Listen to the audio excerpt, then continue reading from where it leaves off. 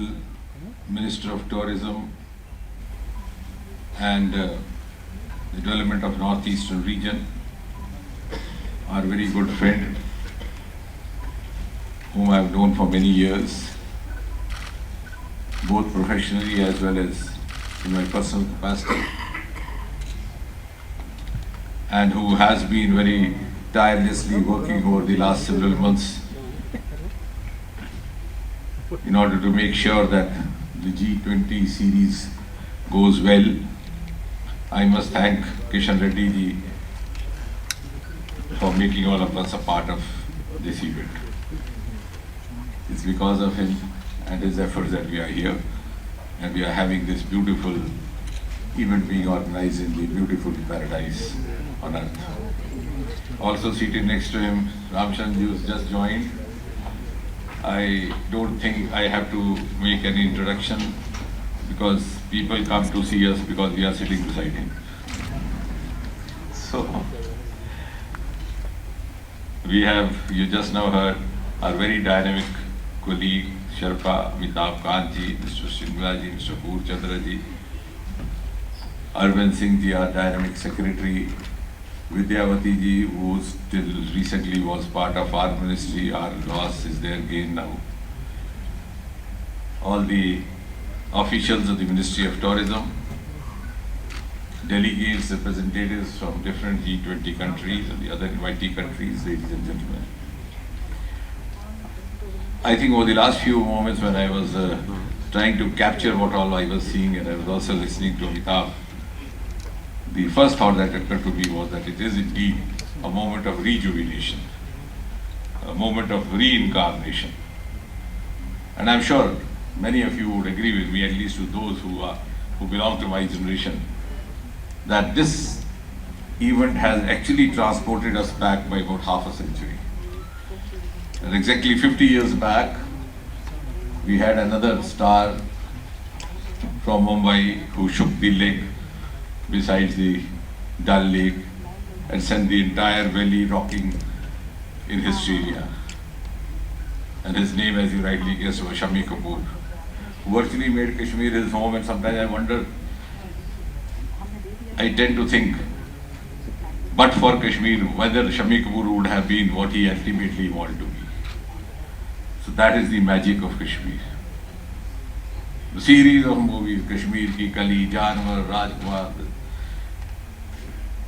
he, I think, also not only became a star out of Kashmir, but contributed immensely in personifying Kashmir to the rest of the world.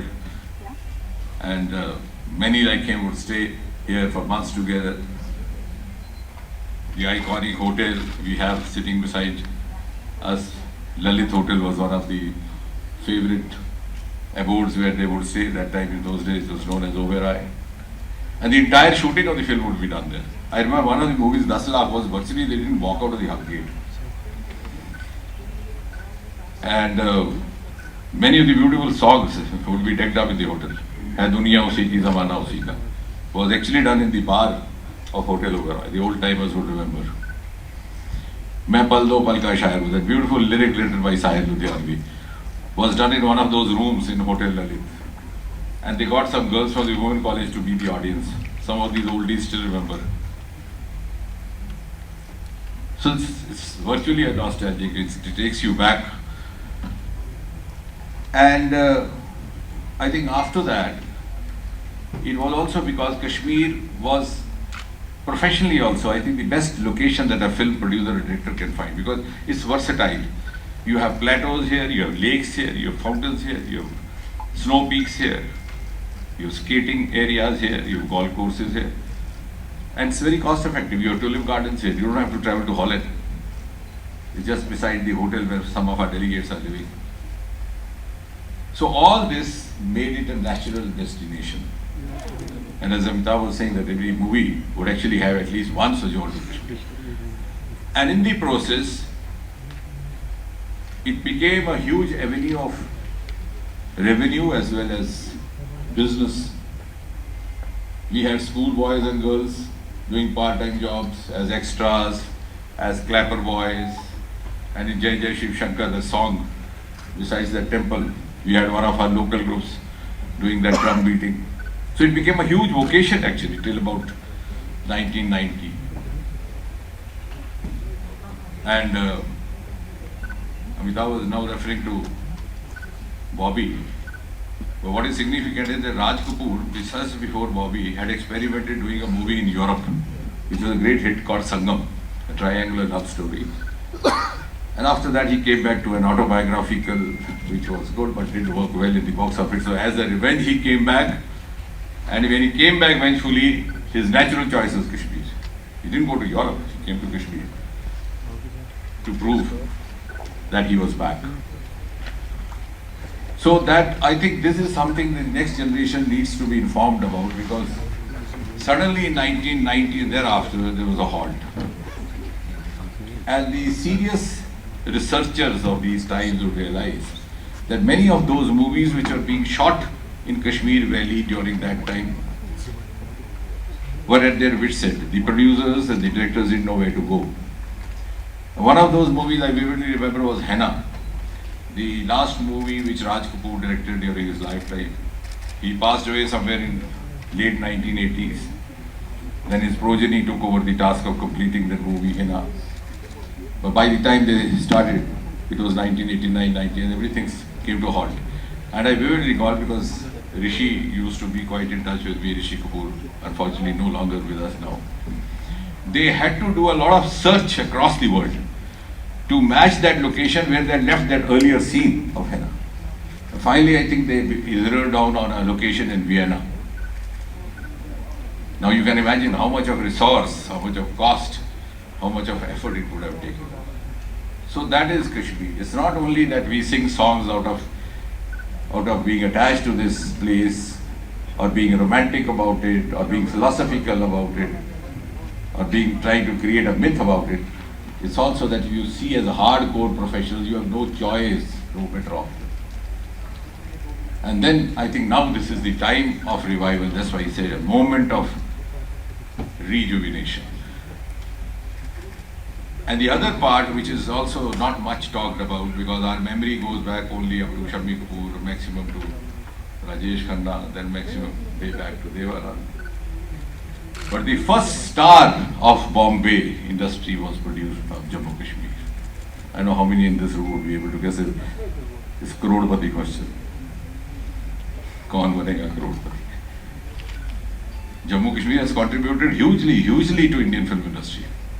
And you know who was the first star? Can anybody make a guess? Oh, no. Barai Sahni was never from Kashmir. Barai Sahni was from Lahore. He was from West Pakistan. No, K.L. Sehgal. Kundan Lal Sehgal, who is, if you read the archives of film industry, the first who came to be known as a star was Kundan Lal Sehgal. He used to perform in theatre over here. They went to Simla as a salesman in some company.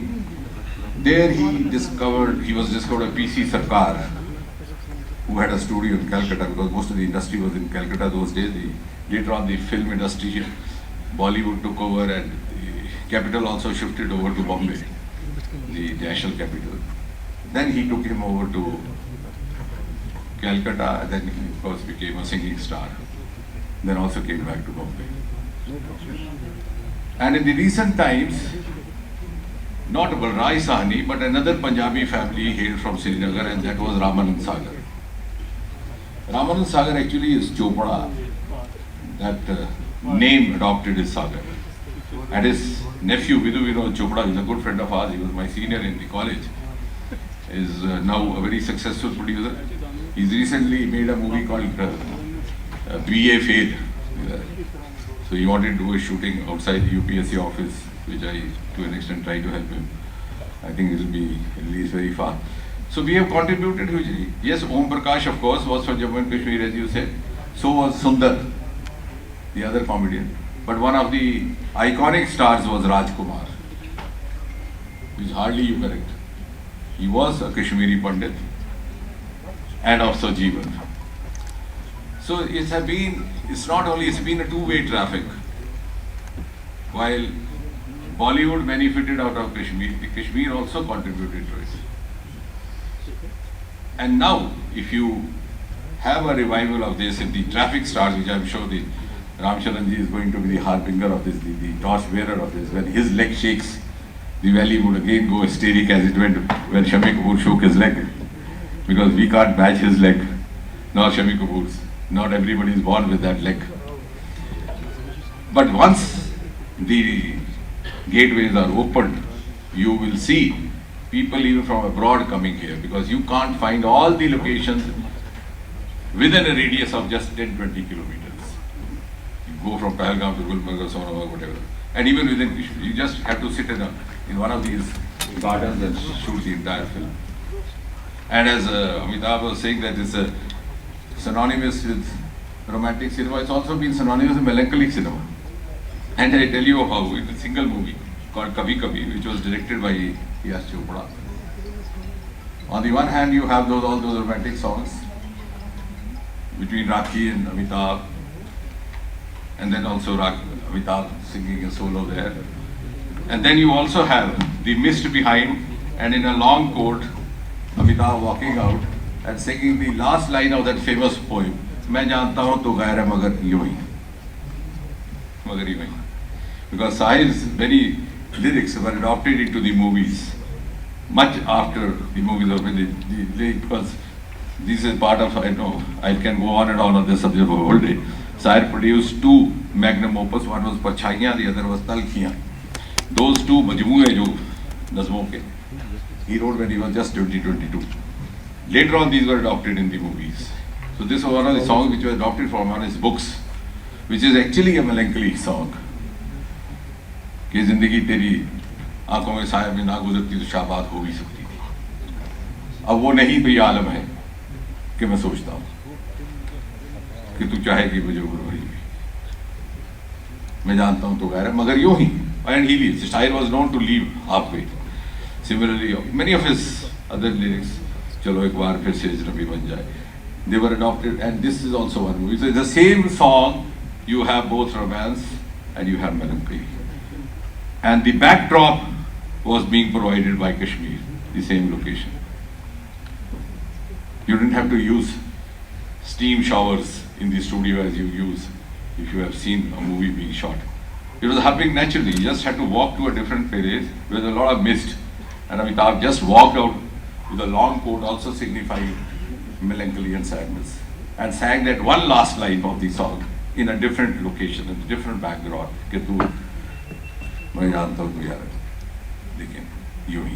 So that, I think, is only a cinematographer, someone who is deeply involved in the business of filmmaking would be able to appreciate. You have a win-win situation over here, a win-win location over here.